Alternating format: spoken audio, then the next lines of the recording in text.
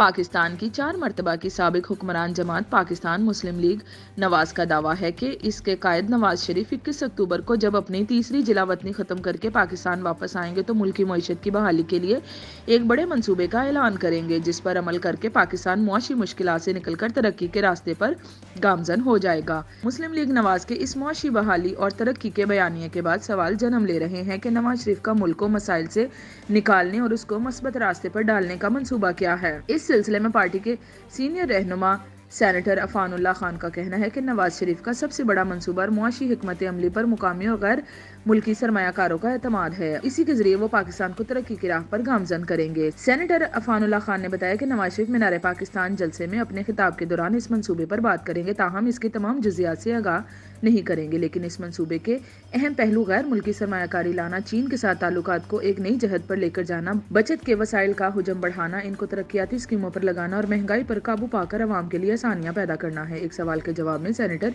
अफानुल्लाह खान ने कहा कि खलीजी ममालिक और चीन को पाकिस्तान में सबसे ज्यादा नवाज शरीफ पर एतमाद है और यही नवाज शरीफ के मुआशी बहाली मंसूबे का सबसे अहम जुज है। खलीजी ममालिक, सऊदी अरब, मुत्तहिदा अरब अमारात, कतर और दूसरे ममालिक बशमूल चीन नवाज शरीफ पर बहुत एतमाद करते हैं। हमने पहले भी इनसे सरमायाकारी हासिल की और अब भी करेंगे। चीन के साथ ताल्लुकात को एक नए दौर में दाखिल करेंगे और तमाम दोस्त ममालिक से सरमायाकारी को बढ़ाएंगे।